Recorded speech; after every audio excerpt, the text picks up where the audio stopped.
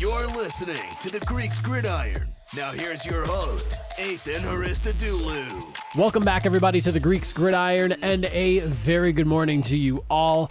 I am Ethan Haristadoulou, and today, as we always do, we are going through and ranking the remaining teams of the NFL in my weekly power rankings. We'll also recap the games. I'll share my thoughts and opinions, and as always, I invite you to do the same in that comment section down below. What were your thoughts, your takeaways from the games? How would you rank the four teams that are left in the, or the two teams rather now that are left in the NFL, but did any shifting happen for you in that top four? As you can see, obviously, if you're looking here on the screen, we have 28 teams already ranked, and they are where they are. I'm not going to dive into why I have them where they are. I highly recommend you check back for the last few weeks, and you'll hear my breakdowns as we kind of eliminated teams going through the playoffs and for that regular season finale as well. So if you're interested in why some of those teams are where they are, go back a couple of weeks through my power rankings. I break them all down, and you can start with the end of the regular season. It's a good place to get going. But without further ado, starting at number 4 here, dropping from the number 1 spot. They were there since defeating the 49ers back on Christmas, and I've got to say, I am a little bit blown away by the collapse that we got from the Ravens. I think a lot of people were. I thought we'd maybe see some more points. I did not expect only 10 out of Baltimore here. Defensive effort, albeit, was a little bit sloppy with some penalties, giving up 5 first downs due to penalties. I will say that I was impressed with the defense, but it was just the offensive game plan that really frustrated me from start to finish. The biggest thing that stood out to me, and I have the game stats up here because this was something that I was watching the entire game and I just couldn't believe it as it was unfolding here. You were outrushed 2-1 by the Kansas City Chiefs, the number 1 rushing attack in the NFL. You're averaging 156 yards per game through the regular season, and you dominated on the ground against your Houston Texans opponent last week as well. We were looking at close to 200 yards or something like that last week, and somehow, some way, you come into this game and you rush only 16 times, half of the 32 rushes that the Chiefs had in this game here. It felt like an insistence to throw the football. It was very frustrating to watch, and it was a game that you should have won. You had plenty of opportunities, whether it was penalties that were blowing field position and putting you in bad spots. The fumble into the end zone for the touchback was obviously a killer as well on Zay Flowers' part, and the penalty prior to that also unfortunate as well. Whether you agree with the taunting call or not, well, that's something we'll discuss another day, but there were just so many things that led to that loss, and it really feels like you just came unprepared and you were so undisciplined in that game as well. That was the two biggest things, and just in a weird game plan for a team that has run the football better than anyone else all season long, and it wasn't even close. And you go up against a Chiefs run defense that has not been great. They've been average at best all season long, and you're averaging a solid yards per rush, 5.1 yards per carry, and for whatever reason, it was like a refusal to run the football, and I just don't understand it. Epic collapse offensively. I tip my hat to the defense because you allowed only 17 points, despite, again, some of the miscues on defense, allowing 5 first downs from penalties, but even an inefficient offense that was just shooting itself in the foot all game long, they overcame, and it's unfortunate that this is how the team goes out, but it is what it is. There's always a winner. There's always a loser when it comes to these games. But I got to give some credit to the Chiefs. Really disappointed in the way the Ravens finished off this season.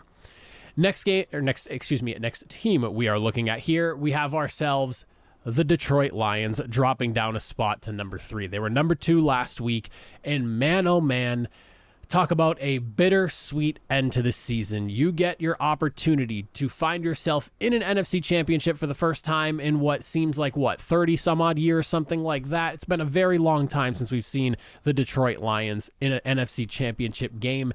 And for you to jump out to a lead the way you did, where, going out of halftime, it just felt like the world had collapsed on Baltimore. There was a giant wave of momentum in Detroit's favor. And even myself, I tweeted out, it's going to be fun watching the Chiefs and the Lions finishing off the season in the Super Bowl. And sure enough, an epic collapse. Offense just falls apart. The defense of the 49ers tightened up, and you end up losing. It's tough. And a lot of people didn't peg to have the Lions where they were this season to finish things off. So, it is a plus. It is a positive takeaway. And you saw Dan Campbell, he even, said in the locker room, he told his guys, this may have been our only chance. I don't think he truly believes that, but for him to basically instill in everyone in that locker room post game that, these opportunities do not come often. And you have to take advantage of them and remind them all that just because we made it here this year, we're not going to be back next year is a really good way to put it. And not because I'm saying that the Lions can't make it back, but giving a nice reality check to his team in that situation rather than, like coddling and babying and, we'll get him next year. I love the leadership of Dan Campbell. The fourth downs, man, sometimes I just wish you would opt for field goals because it puts you in better positions, especially when it comes to scoring late in games. But aside from that, it was an electric first half. The run game was unbelievable. It was just a tightening up of the 49ers offense and some really key, just unfortunate events. The fumble was a killer for the Lions. That fumble early in the second half, I really think was what turned the tide in that game and really swung things in San Francisco's favor. But listen, I tip my cap to the Lions.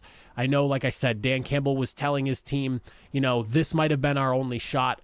I personally don't believe that. I think we could see the Lions hanging around for quite some time considering the structure of their roster right now and the situation that they're currently in with the way they have guys locked in at the very moment.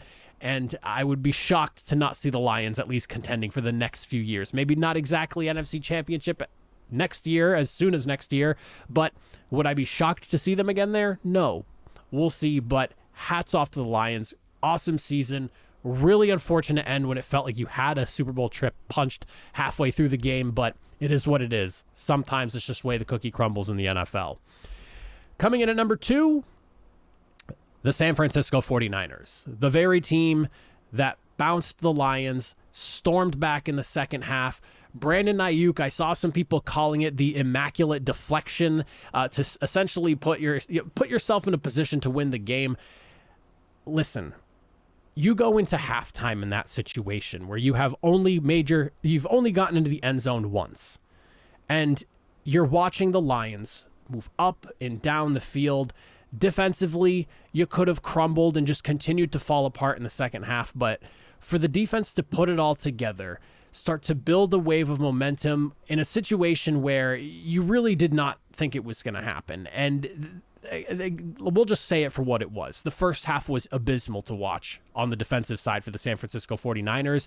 And I have had some concerns as of late in regards to just the way the 49ers defense has looked, especially at certain points really late in the season. Like we kind of saw it last week and we saw it again this week. You let up 31 points in this game here, and 24 of those points came in the first half.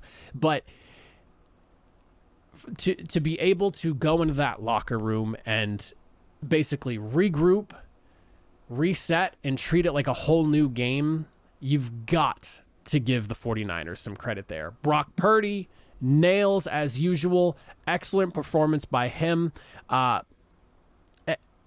Listen, it's not like the stat line or anything lit the world on fire, but for a guy to be in his second year in the situation that he's in, where he basically stole a first round, third overall selections job, and now he's leading the team to a second straight NFC Championship and now the Super Bowl, to come out with about 260 some odd yards, a touchdown and only a singular interception.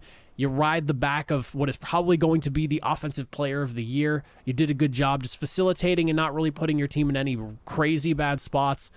I'm very excited to see what this team can do in the Super Bowl against the Chiefs. This is going to be a really good matchup, and I know I saw a lot of people, and myself included, this was not necessarily the matchup I was rooting for, but after watching the way the 49ers put it all together, they kind of reaffirmed my feelings as they were for a large majority of the season as among the best in the NFL, hence why I have them at number 2.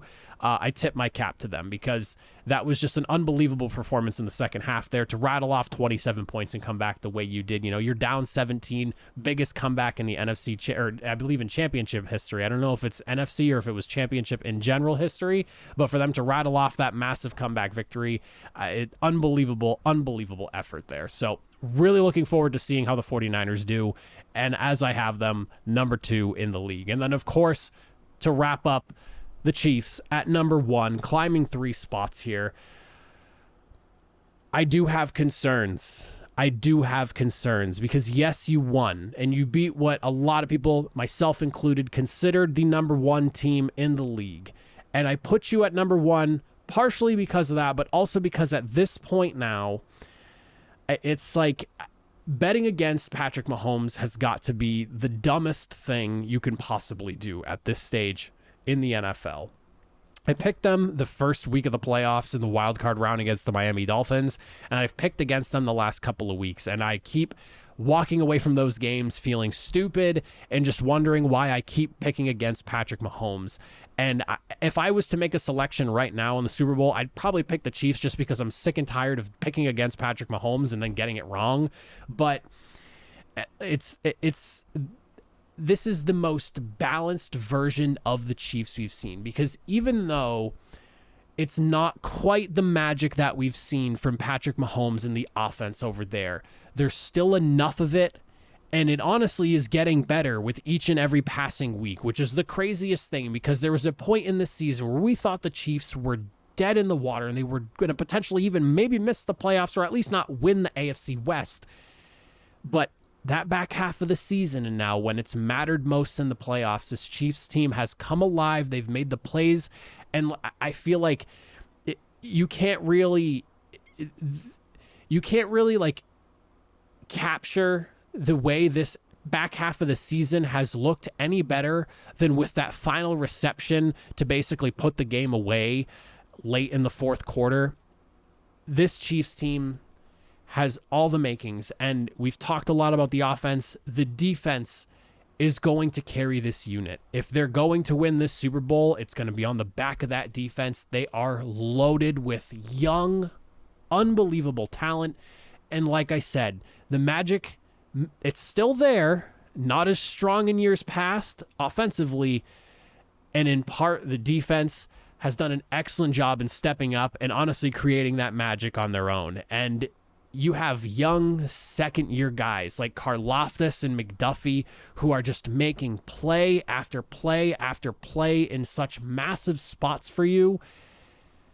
How can you not have the Chiefs number 1 right now, I guess, is basically where I'm driving the whole point at.